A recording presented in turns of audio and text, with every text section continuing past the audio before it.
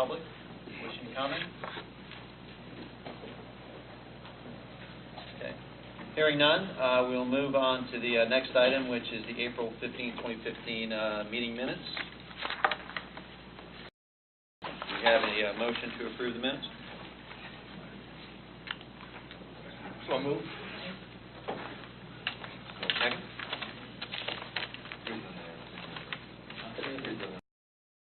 I was going to say, when I'm not here at the meeting, I hate to make it, but I'll second it.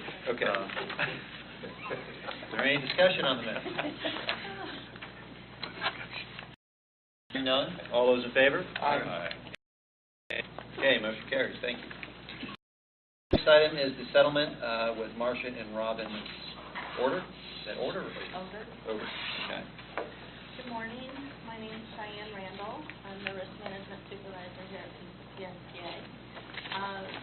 As you are aware, all claim settlements in excess of $25,000 do require board approval. So I'm here this morning to discuss this claim that we would like to settle. There in your packet is a full summary and defense opinion on proceeding with the settlement, so I'll be brief in my comments.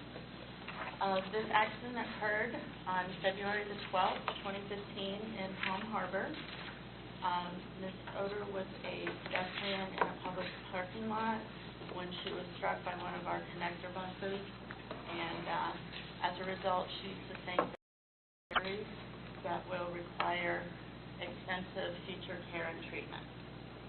Also, as part of this claim, she was the primary caregiver for her disabled husband, and as a result of this accident, we're continue taking care of him, so he has had to go into an assisted living facility.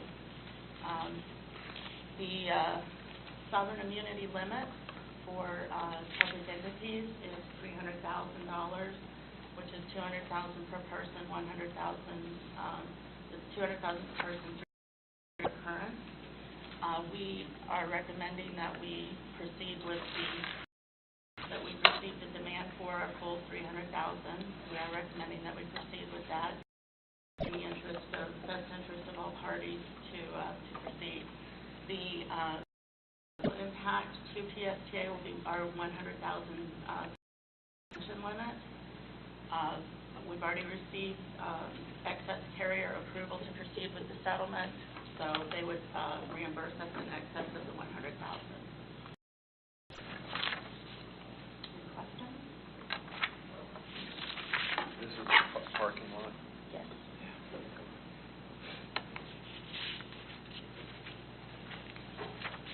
Do you know if the Oders will be seeking anything above that from the legislature by chance?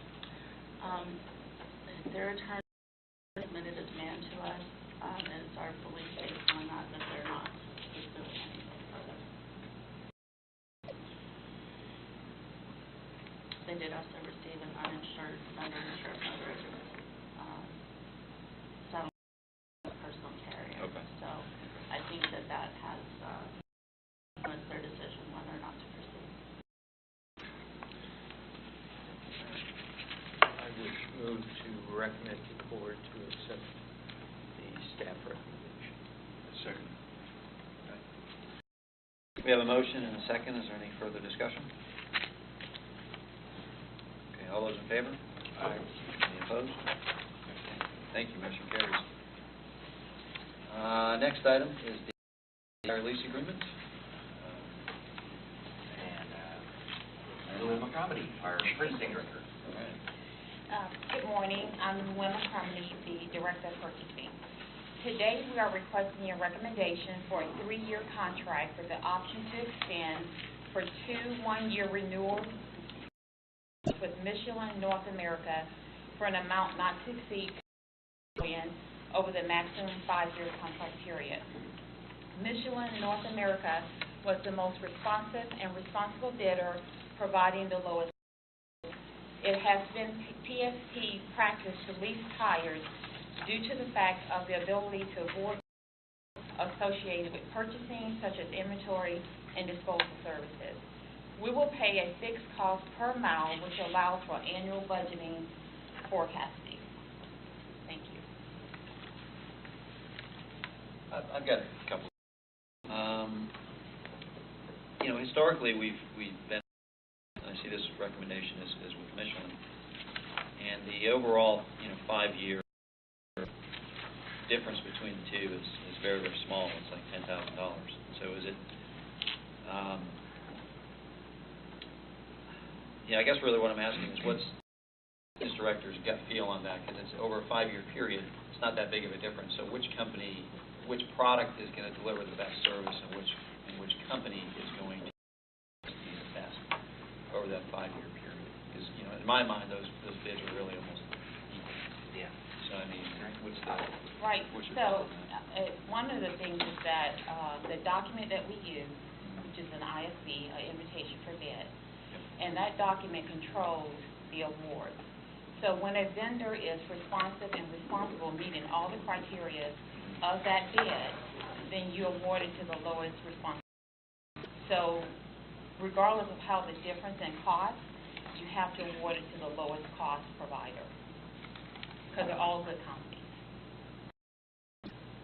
But maybe Henry can counter. To answer your question briefly, I believe both companies offer a quality tire.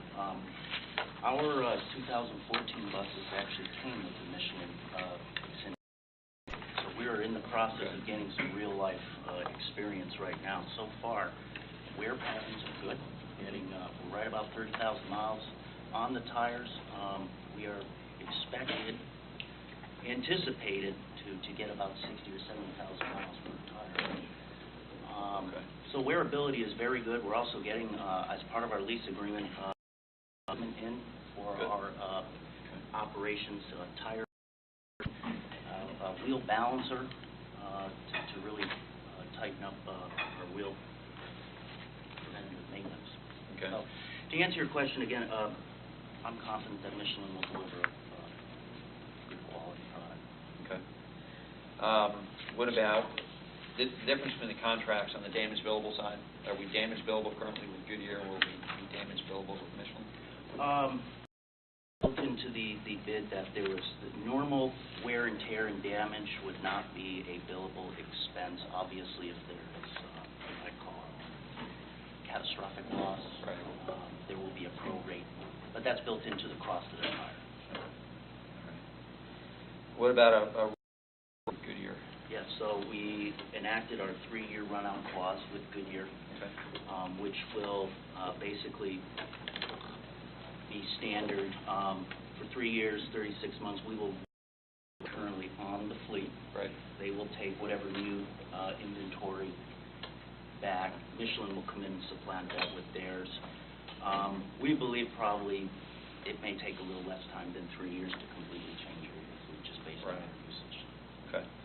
Does the contract allow any latitude to test other products? Yes, well, 10% of the total inventory.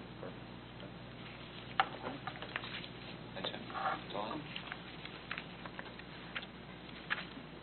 I've been the tough guy on that. Yeah, right. Some of the tougher questions, or more direct questions. So, thank you. Other thoughts, questions? Okay. Sorry, everybody. I had to make a U-turn and go down. The bay was totally blocked, so sorry. Okay. Any other questions on the fire lease program? Okay. So do we need to make a recommendation on this? I'll make a motion that we accept the Michelin bid for 5 years, $9.2 million. Second. Second? Yes, second. Okay, good. All right. Sorry, didn't hear you. That's all right. Wasn't paying attention. Okay. All right, all in favor? Aye. Opposed? Okay, motion passed. Okay. All right, thank you very much. Okay, advertising and our advertising policy. Cindy? Good morning. Dr. Schmidt, Director of Communications with the SPA. Before you today, we have an item regarding bus advertising. Three separate action items related to this, A, B, and C. A is for was the award of the contract to the bidder to outsource the bus advertising sales procedure. So we did have 3 vendors submit proposals. It was Direct Media, Signal Outdoor, and Vehicle.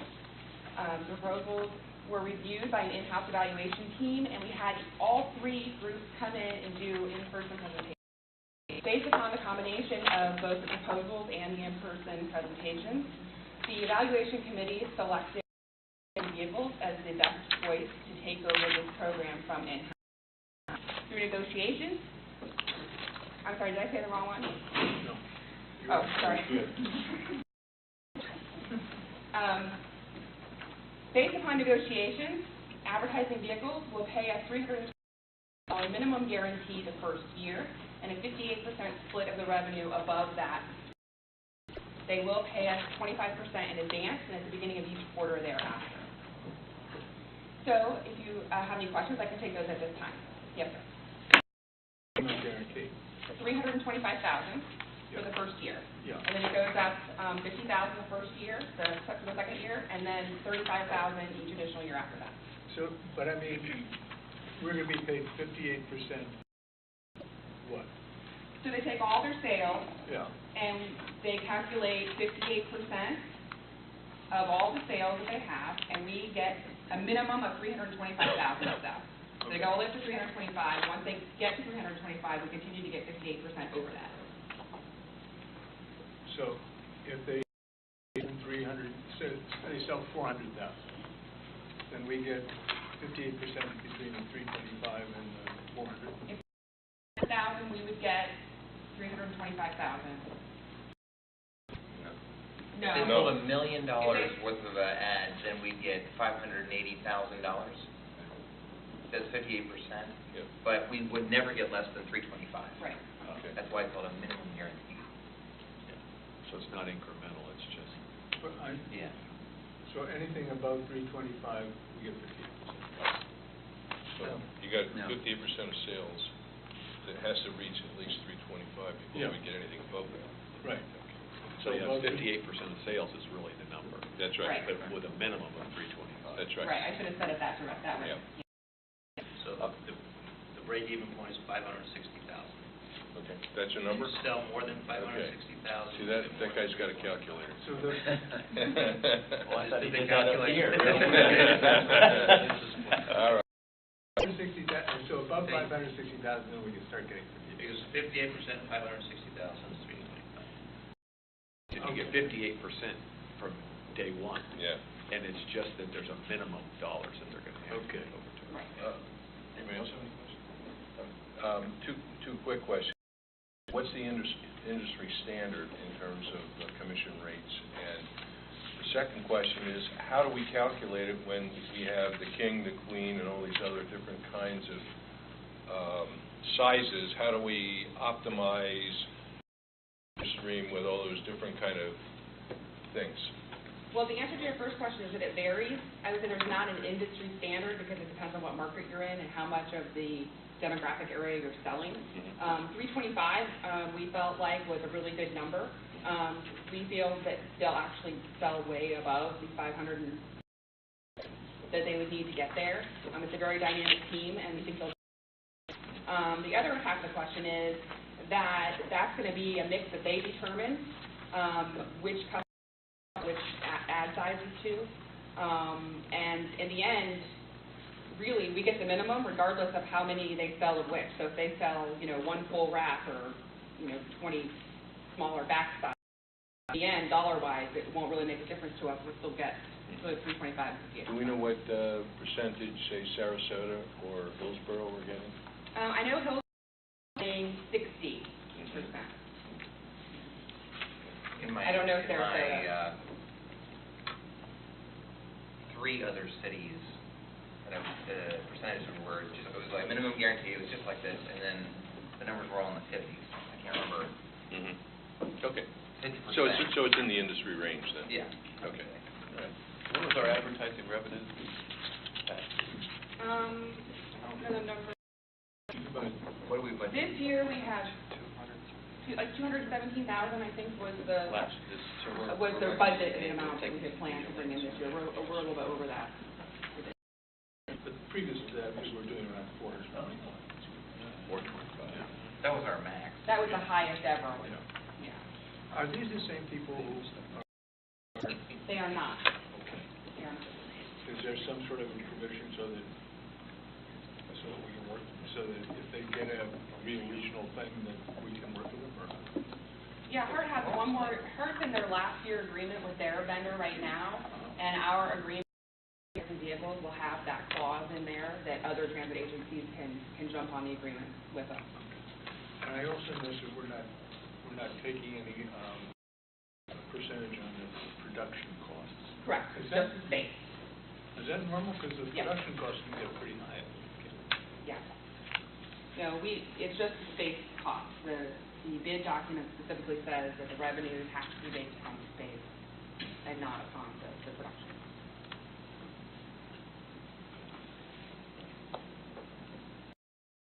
Move approval of the contract with Transit Advertising Services. I assume we're taking these action items individually? Okay, I would move approval. Second. Okay, all in favor? Aye. Opposed? Okay, motion passes unanimously. Thank you very much.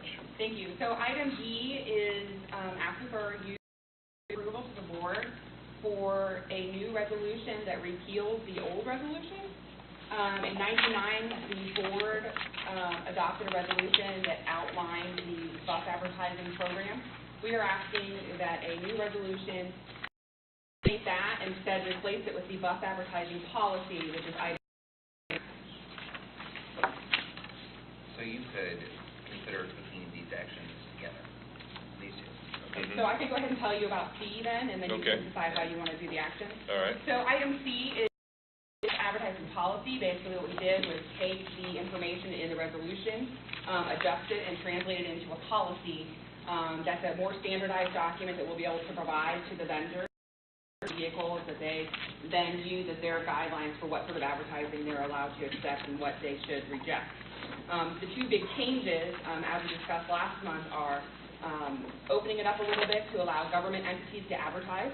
Example of that would be the Pinellas County doing hurricane awareness advertising. Billboards, TV, radio. Right now, the way our current policy is written, we cannot accept those kind of advertisements. Another one, you may have seen the billboards out on 19.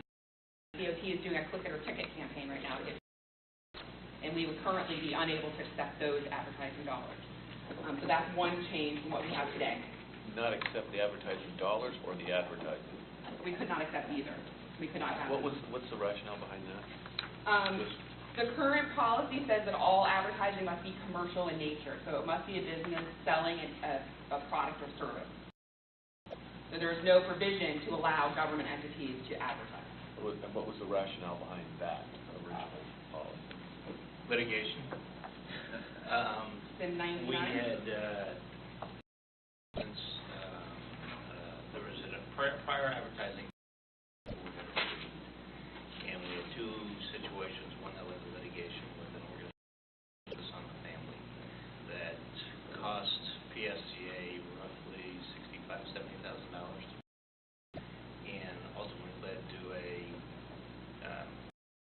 where the advertisements were allowed, and that involved the transit shelters, which at that time was being, the advertising was being sold by Eller Media, I went through a number of names. Eller Clear Channel, in fact. Yeah, Eller Clear Channel, whatever his name was at the time.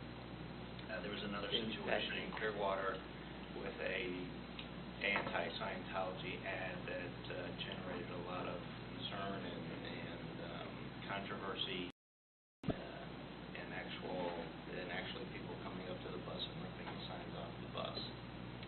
The board asked me to take a look at what we could do with the policy to try to avoid litigation, and based upon our research, we basically ended up copying a policy from the Phoenix Transit System that had been upheld in litigation, and that policy limited the ads to commercial transit, the ones that advertise a commercial transaction. And lot of First Amendment law that basically the wider you open it up, the control you have of what can go on the buses. And the board has always expressed various types of ads, like political ads, because it looks like PSJ is taking a position on a political issue, for example, and some other issues that we would consider to be controversial from a society standpoint.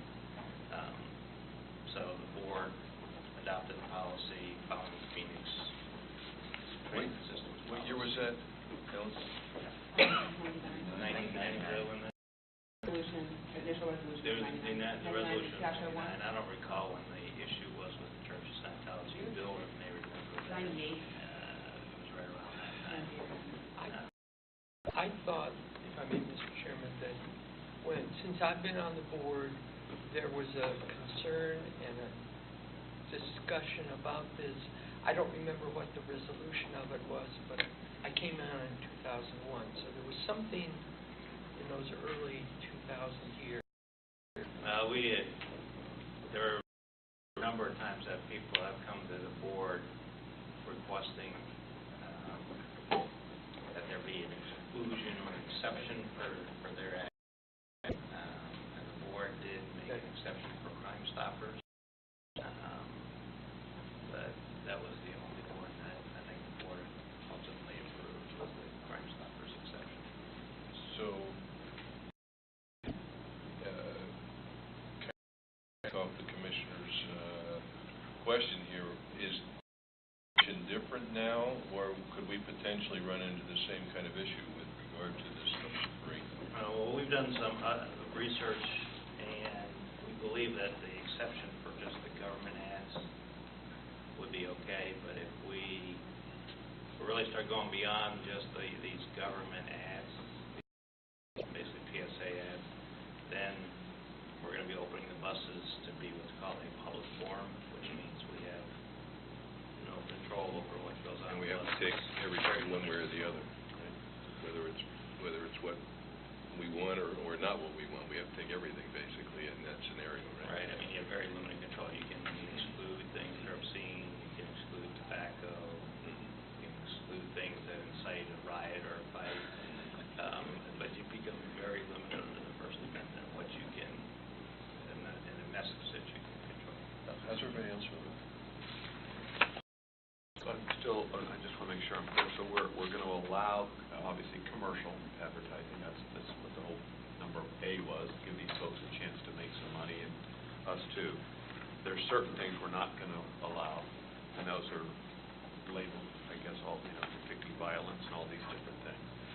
We're going to allow government entities to advertise, but not, I'm not sure what the distinction is now. You're saying public Service ads. Public service ads. A non-for-profit that wants to advertise, one of the, like, abortions, or that's a concern that the board is. Nonprofits wouldn't be allowed. Government agencies are, nonprofits are not, because they typically have something that they're working. Right. Like the ad on the Political focus. candidates or referendums or anything like that. The Focus on the Family ad that was advertising what some thought was to be an anti-homosexual. Okay. May not be permitted. And the list there of things that you reference, like violence, depicting violence, they still apply to the government or the commercial ads. That's why they're in there. So even if it's a commercial transaction, if it depicts violence, it's not going to be permitted on the bus. And I think like referendum items like last year, there were some those things on that would not be allowed. Like Vote for, Right. for Pinellas Right. or Mm-hmm. a tax. Gotcha. Or, That wouldn't be allowed on there. Voting for David Biggers. Yeah, well, no, we just ruled that one out. He's good for 4 years. Okay, well, thank you for the clarification. Appreciate it. All right. How's there, any other questions, Bill? I have a couple questions. We're expanding this because we'd like the opportunity to earn more money from advertising, is that correct? it was in one of the previous agendas, but I don't have it with me. The incremental from going to the commercial agency selling the ads, that was $200,000 or? $300,000 is what How we much? anticipate. So Just by not, by outsourcing, we anticipate an increase of $300,000. okay. And then adding in government ads, which are not allowed now, what is the Oh, that's incremental all value? inclusive. The $300,000 is from outsourcing based on the policy that you have before you Can you today. break? That's can how you much break- we would get. I Right. think what you're asking is what the potential is, I- sales potential? No, I'm looking for the incremental change from doing just the commercial outsourcing, and then separately, the addition to advertising, and then in addition to allow the alcohol. I spoke to some other transit advertising agencies in the area, and based upon what Hillsborough got last year, which is an estimate, we don't know for sure who has dollars to spend, but they estimated there was about $200,000 last year from government ads for Hillsborough, and adding alcohol was about $50,000. That's basically showing a margarita on their ad. Too bad we can't do How much was the tobacco. alcohol? About 50,000 is what they estimated. So the going to a commercial agency by itself is only $50,000? It was 300 No, 300. by itself, going to the commercial agency and selling the service of every bus. It is an estimated increase of $300K. If we then layer on the governmental ads, we could Potentially. Hillsborough, Based upon what Hillsborough. add 200 to that, and then if you layer on the alcohol, maybe you can get 50. Maybe more for that. Okay. Okay. Then a question for Alan. Why, in your legal research, why is an ad for hurricane preparedness done by the government okay, but an ad done by the Red Cross would not be okay? Well, I guess I don't know if I answer it quite the same way, but kind of change maybe your question a little bit. Again, what occurs if we open up the buses to all kinds of ads, we become what's called a public forum. Right. Which we then have to take any and all comers. Right. So the question is, we are presently at just something that advertises a commercial transaction. We expand to allow for governmental ads, PSAs essentially. The courts have said that is not the point, that you're opening up to an open forum, because PSAs are a different, it's like a different format. It's not that pure, what's called pure First Amendment speech, which or focus on the family would be. So that's, the cases say that's not to the point where you would be opening it up to become a public forum. What you can't do is go and say the Red Cross's sign is okay, but the focus on the family sign is not okay. Because at that point, once you start accepting any type of pure First Amendment speech, then you're going to have to accept it all. So that's where they draw the line. So that's based on the current case law. Right. And if that case law changes, we could change our policy. We'll have to change our policy. Because I think it is important that the sensitivity of the community to controversy on the buses, that distracts people from our core mission, and we get on, the news focuses on that, and it's not what we need.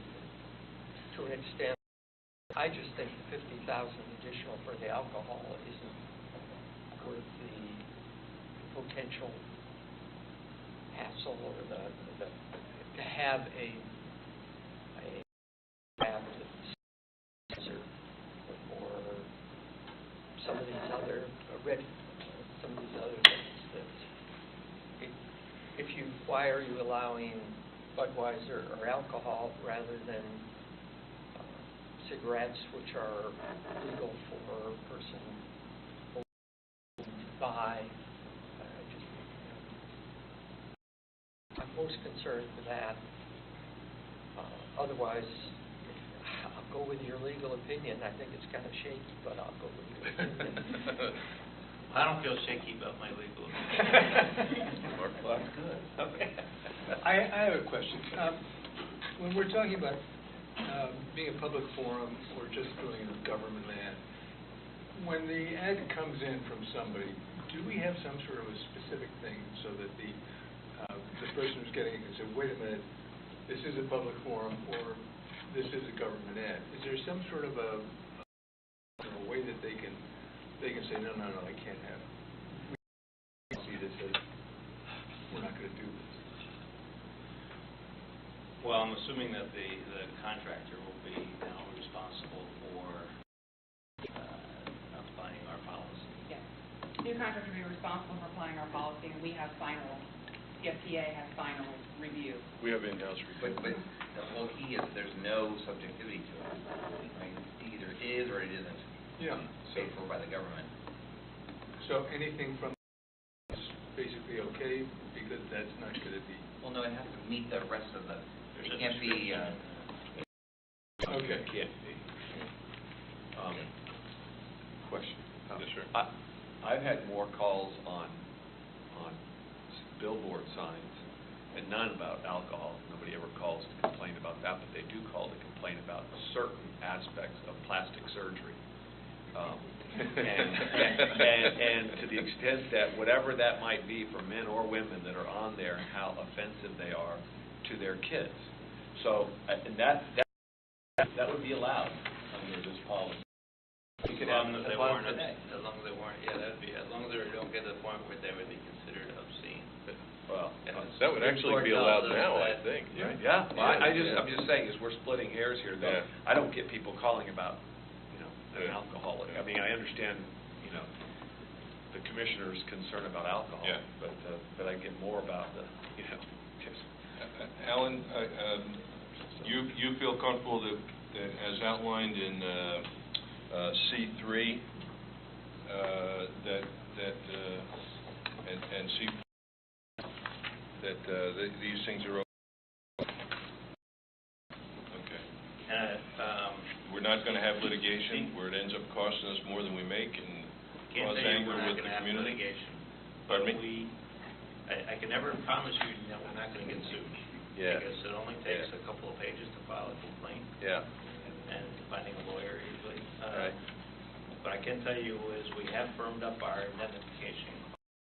If we do get sued, we should have the contractor stepping in to defend us, which didn't happen last night. And that we're on firm footing in the policy. And I feel comfortable that we would ultimately, most likely be successful in the litigation, but I can't promise you we're not going to sue. I have a question that is basically based on the fact that we have a finite number of buses. And let's assume that we're so successful in our marketing program that, somebody wants to put something on every bus or whatever the case might be. Is there some kind of prioritization process to say, okay, first we take commercial, then we take governmental, or some other methodology, or is it just a first come, first served kind of thing?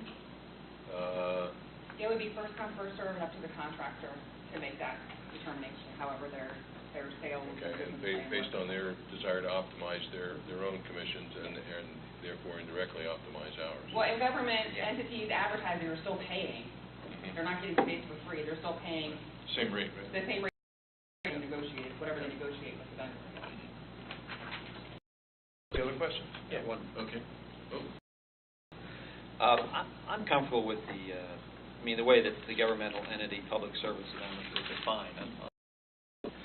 One thought on the tobacco, not that this is an issue at all today, but would marijuana be considered tobacco? Alan?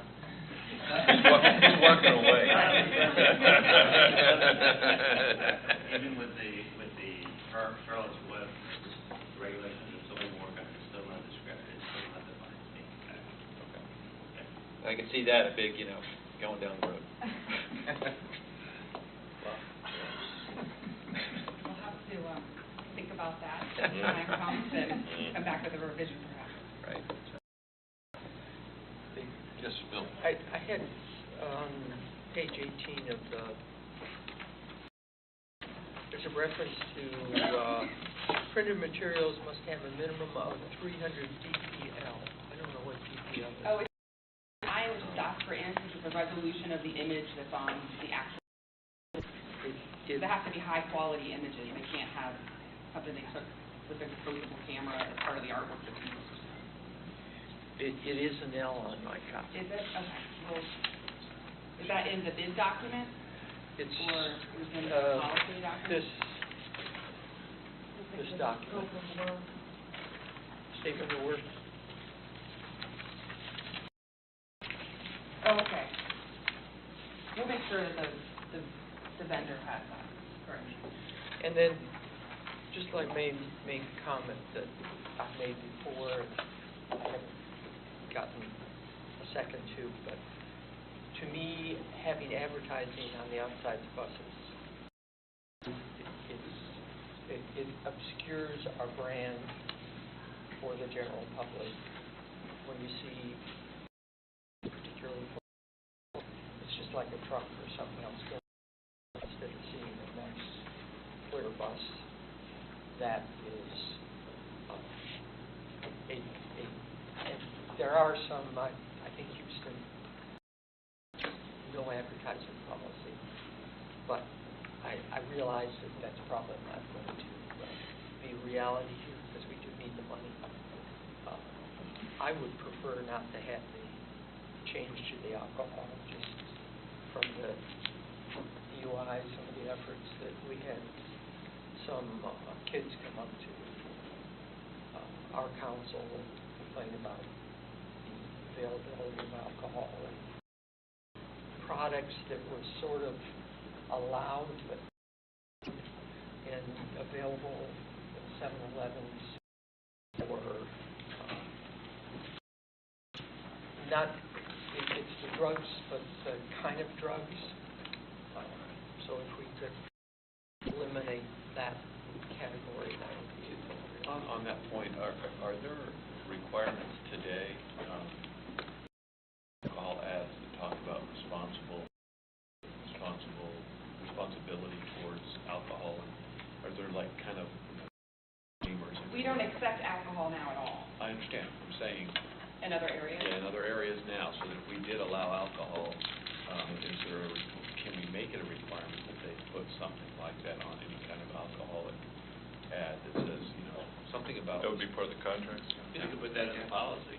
I went over to talk to Cynthia too. We haven't had to do the contract yet. Right.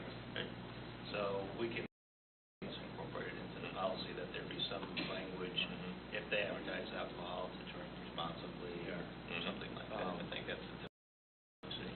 Yeah, and then to Commissioner's point about advertising on buses, that's just not something that we've done in the past. In policy also, or it's just something we've not done, and we've controlled it before, so we didn't worry too much about it. And now that we're opening it up for an outside, We have substantially controlled it, limited the number of the locations on the buses to mainly the backs and from time to time full wraps, like you might have seen around town recently. Buses. But we have not allowed the traditional bus ad under the window, little rectangles on the sides. Primarily because of Commissioner Johnson's comment about wanting the bus theoretically to have a look to it. But then when you put the wrap on, that totally goes out the window, of course. Right. But I mean, most of the backs have a SOS now. But just to go back to the question, PSA's not always done the advertising in-house. We have had. That's right. In fact, when PSA first did on-bus advertising, there was an outside contractor. And it's kind of a long, sordid story because that first company went into bankruptcy. And then there was a point in time, I think somebody bought them and took over after that, but eventually PSA took it over in-house.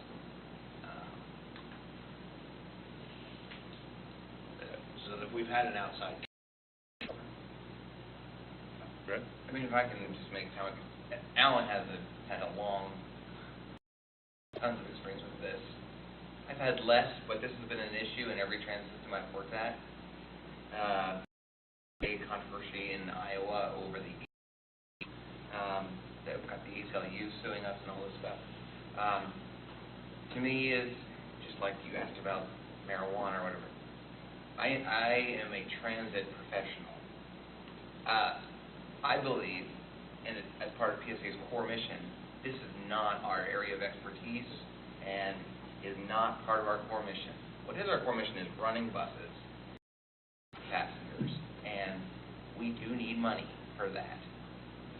I appreciate Commissioner Johnson has had a long history about outdoor advertising and whatnot, but the PSTA board is not necessarily, maybe it has been in the past, but at least from my perspective this is not what we should be debating necessarily, and it's okay. We had a meeting with the track committee, the riders last night, and we asked them, they don't care, because they said, they're inside the bus, they don't see the ads. Yeah, I asked them specifically, do you object to having the bus wraps on windows? And they said, no, we're okay with it. So I didn't can bring tell that you up. there are, and you could probably Google this, if you Google transit advertising, there are hundreds of cases resulting. And so what the transit systems basically have done, they have either just sucked it up and said, you know what, we're going to accept every single ad and they can. And Philadelphia Transit has probably been sued more, I think, than any transit system that I could find in the country. And they have just gotten to the point where they just accept every single ad. They don't, unless it's obscene or one of those few categories that are in there. And then there are ones that are more, that just say, you know what, we're not going to deal with it, we don't want the money, and we don't do anything. And then there's those like where we are, which is we allow some, we try to keep some control over it so that we don't have those controversial ads, but we give up some money. And basically what we tried to find was a medium that would not result in litigation, that we were comfortable had been upheld. We followed the leader. We took somebody else's policy and adopted it, and we wanted to accept the money that would generate. So, I mean, you can look on Chicago has been sued. They've all been sued.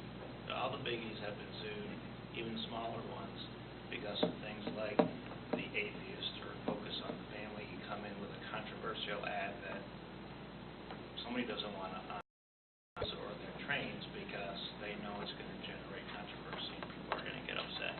Kind of like what happened with the anti-Scientology ads when the Scientologists basically stormed the bus at Park Street. It's just not what is PSTA's business. So the way the policy is set up, which is the way we keep it from being a public forum, is we establish it as the only reason we're doing this is to make money. It is not to become a place of public forum. This is not the steps to City Hall where people can picket and have their opportunity to get out their message, whatever that may be.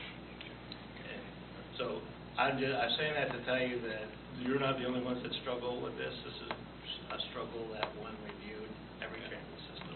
Yeah, I think once you go down this path, it's just going to create all kinds of questions. So we have how long of an agreement with this new group? It's 3 years with 2 one-year options, so 5 years altogether. And All right, do we have any other questions? We have a motion? So moved. I'll second. Okay. Just to clarify, Commissioner Dayton's motion, this includes alcohol as part of the advertising, correct? Everything, yeah. Yeah, everything that's been recommended here. Okay. Just could I try a move to delete the alcohol change? All right. Is there a second to that? I'll second it. So now we've added alcohol to the list of no-nos. We would not, the intent of my motion was not to expand to allow alcohol. Okay. So, All right, so now I've got to clarify. I appreciate your concern, but I'm not in agreement with that. So to find out how everybody else feels about Well, you need to have a vote on the alcohol alone. Yeah, okay. this is recommendation to the board. That's recommendation. But then Bill wants to modify it to include or delete alcohol. Okay. So we have a second. All right, so we're voting on this motion, less alcohol, correct? No. No, you're voting on a motion to amend the motion that was on Okay. the floor. That amendment would revise the proposed policy to alcohol act.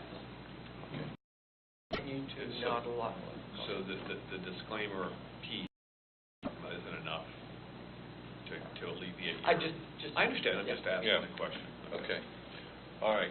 If you vote yes, If you vote Okay, yes, so if we're then voting yes, alcohol we're ads- voting to, is that correct? Alcohol ads will not be allowed if you vote Okay. yes. All right. All right, ayes? Yeas? Ayes? Nay. Nay. Nay.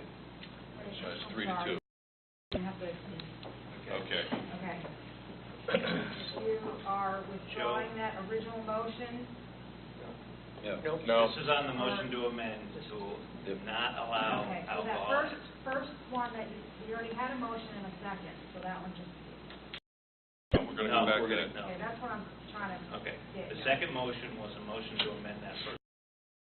Okay. That second Get rid motion of just, the- that second motion was denied. So now the first motion is back on the floor. And the vote on the And I first, need, so I'll need the no's then. that- Joe, Mark, and Dave. I just wanted to point out that the original motion did not change the policy to require the drink it responsibly language. So if you wanted to enforce, We should do, okay. Yeah. All right, so Commissioner Dayton, will you amend your motion to include a drink responsibly? Yes, so we include responsibly label, which I believe that's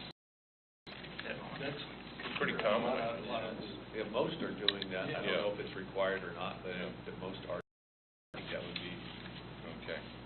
All right, so we're now voting who made, to modify. who seconded the original motion? I had, Mr. Scott. So, Brian, would you accept that Yes. amendment? Okay. Voting on a motion to approve the policy with the amendment that requires drinking responsibly or some similar language. Related to any alcohol. Right. On alcohol, and the ad that includes alcohol. Okay, Yeah. all right. All in favor? Aye. Opposed? Okay, that passes unanimously. Okay, we're a little behind here, folks, so we'll try and move along. And Chair, you Yes. weren't here, but I have to leave at 10, so. That's fine, okay. So next is financial policy update with Ms. Yes. Thank you very much. Last year, we brought 3 policies to the board that you approved, and they were for the reserve policy, B, the liability debt management policy, and C, the investment policy. What you approved last year, you've requested staff to come back on an annual basis to review and make any recommendations for amendments. Let's take first the reserve policy. Last year, it included a revenue stabilization fund that was for sales tax revenue if the referendum had passed. It also included a debt service reserve fund in there, and it was looking to increase the operating reserve fund from 2 to 3 months. Staff's recommendation is to eliminate the sales tax revenue stabilization fund, since we're not receiving sales tax. We would like to maintain the operating reserve fund at 2 months and not increase it to 3. We also just better define what each reserve is for. We'd like to keep the debt service reserve fund as is. While we don't really have any debt at this point, it may exist at some future date, so why not just keep that as the same? On the second one, which is a liability debt management policy, we had no amendments to recommend. And then lastly, on the investment guidelines, staff has increased the percent that may be allocated to accounts from 75% to 100%, and also increase the maximum percent allocation for certificates of deposit to any one institution from 10 to 25%. We believe that this will keep the safety and liquidity factors that we're seeking, but to improve our interest rate. Michael will be talking a little bit later that we're doing so much better than we have in the past on interest rate, and well above what the averages are, or sort of our benchmarks. So we'd like to improve on that by making these 2 small amendments. Are there any questions? Question. On the 2 to 3 months, we don't have debt, so my question is, does that matter on the ratings? Since we don't have a rating, by going to 3%, it certainly would have helped to keep our interest rates low had we gone into debt. But we're... Because we were going to issue debt. Right. Okay, so that would have helped the rating. Yeah. It would help the rating and the interest rate. Okay. So you're So in the comfortable absence of that, for we're... 2 months, so we're not going down that Correct. road. Okay. Anybody else questions? I have one quick question. Certainly, Chair. The interest-bearing accounts that we're going to consider going from 75 to 100% interest-bearing accounts, are those accounts anything where we would have, for want of a better term, kind of thing, or are these pretty much just sitting there in the event of an emergency scenario? Or No, these would be any type of money market account or interest-bearing checking account that are fully collateralized. Mm-hmm. So there's no risk involved to PSTA. Okay. Yes. I am just wondering about we're talking about the investment and in the state of Florida, 75%.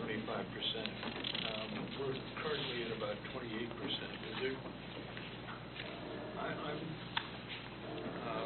traditionally opposed to the state of Florida as a recipient of our funds. Right, we're slowly, do you want to comment on that? Yeah, I mean, if we go up to 100%, I would like to recommend to move the majority of those funds out of the SBA, which is a public depository. So could we make that, instead of 75% down to 30% or something, which would be what we've currently got? Well, interest-bearing savings accounts, so I would like to move 100% of our money, or most of our money, into an interest-bearing savings account at United. Okay. Or any other competitive bank. But not the Florida Institute funds? No, the SBA is A, which Yeah. is set at 75%. But you're saying you'd like to move the 75% down? Yeah, for A? Yes, the State of Florida Board of Administration of Government, and I thought that was the SBA. And if we could knock that down, we're currently at 28%. Yeah. So we would just knock that 75% down. Does that We make can certainly do that. Yeah, I would We can amend that. Right. Is that a safety issue? Yeah, there you go. Yeah. So what are you comfortable with on that? It'll eventually go away because, as Commissioner mentioned, there's been issues in the past Right. with that, so we can limit it to 25%. We're at 28, so I'd hate to put us under some sort of... Well, we're going to move the I'm gonna money move anyway. out of there. Yeah. I just 30. 30, just, Yeah. any coverage, any overlap of coverage. Okay, so we can amend the Yeah, policy amendment later, to so whatever. investment A will, for the state of Florida, that we will reduce that to 30%. And then just as a point of information, on page 12, we're talking about continuing education of 8 hours. Where do you... Oh, through a variety of Yeah, there's a public funds investment seminar that's offered yearly in Orlando. The FGFOA also offers 8 hours every year. Could you send me... I've got to do that for my Oh, commission. sure, yeah. There's 2 seminars that I'm aware of. I'll send you. I appreciate that. Use the, you can go to ones through the big cities. Do they have them? They have all kinds of.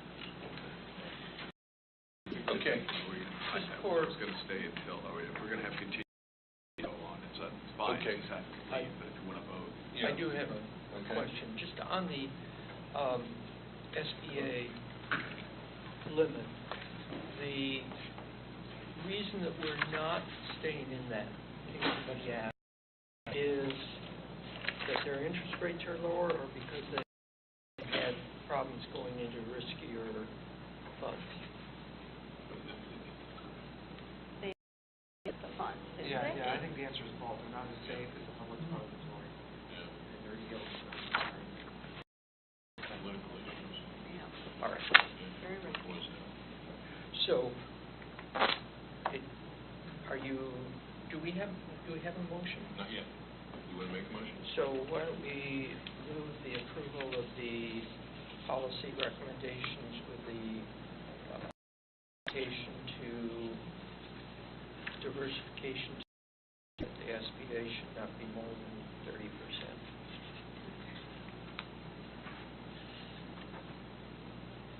Second? Is there a second? Okay. Commissioner Bethike, second. Okay, all in favor, as amended? Aye. Opposed? Okay, that passes unanimously. Thank you. Okay. Keep rolling, guys, you're doing good. Okay, we have, it's 10 o'clock. We have 3 regular reports available to you, and then we have a closed session to get through before 10:30. Okay. All right. So, at your pleasure, we Can we postpone those reports, or do we, Or we can can we just- can we can consolidate them real quickly? take a look at them. Well, we just say, does anybody Yeah. those? I do have a question. On page 74, miscellaneous expense is 73.3% under to service enhancements. And if we're enhancing something, why are we under budget? Or We had set aside in the budget for this year $1 million service enhancement that we made a decision early on in the year that we would not proceed forward with that. By the end of the year, it'll be $1 million. to delayed service enhancements? Correct. Or canceled, okay. Okay. All right. Other than that, I didn't have any questions. Okay. All right, so at this point, we can go, I guess, to our, we don't need to have a vote on these. No, okay, so any other questions on the reports? Point out that we've had some awesome ridership lately, both of this March and April records.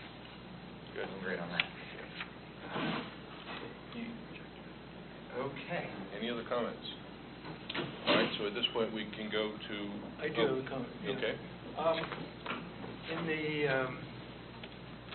I think in the last committee meeting that we had, I asked a question, did we have any, or were there other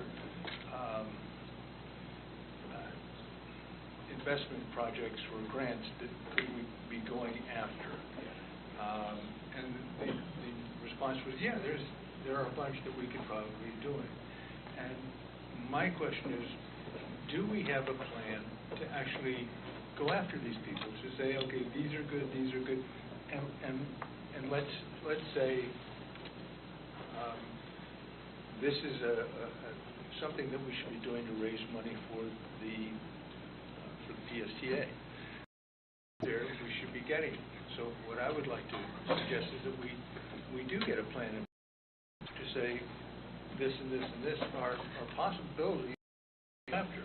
And then if we decide at some point that we don't have people on board that can do this, then bring somebody in and put them on a temporary basis or a full-time to write reports to, or write grants to go after these people. So my question is, first of all, do we have a plan to go after these people? To go after the grants that are out there? We do, and we have staff on board that can do that. What I think maybe to maybe respond to your question is that we put together a table listing all the potential grants that we know about in the entire world that we might get that we're not getting today, and figure out how to get them. See what our plan is. I mean, there are a number of different grants, but in my mind, we should be going after every single one of them that we could possibly use. And also, do we have these guys singled out, and are we going after them, and how are we doing that? Yes, and I articulate that on a pretty easy way about our plan for going after these sources. And I think, since we met last month, I think we've been successful in two areas. One is we received some outside funding for training for, I think it was customer service in James area, or safety training, I'm not sure which, but we got a training grant. We also just yesterday submitted applications for funding to DHS for various projects that we'll have to see. And we're continually looking, but I agree with you, we need to go after as much money as we can. We'll be talking about in future months going after federal lobbyists, having a federal lobbyist on board, which will also help us to find money for state of good repair for especially our buses. So I think your point is well taken. One of the things I think is important, we can go after a lot of money, but how is our success rate in doing so? So I think that's important to report back on as well, so that we can have lessons learned on how to improve. And then we'll put that on the... Can we put that on for the next month's meeting? Yeah. Okay. Thank you. Okay. All right. So at this point, we need to go to closed-door session. Yeah, and I have a little script for you to... Okay, yeah, you were going to tell me about that. Okay. Oh, you have it, okay. Okay. Go. Okay, thank you very much. Okay, I have to read this into the... Section 447.605, parentheses 1 of the Florida statutes provides an exemption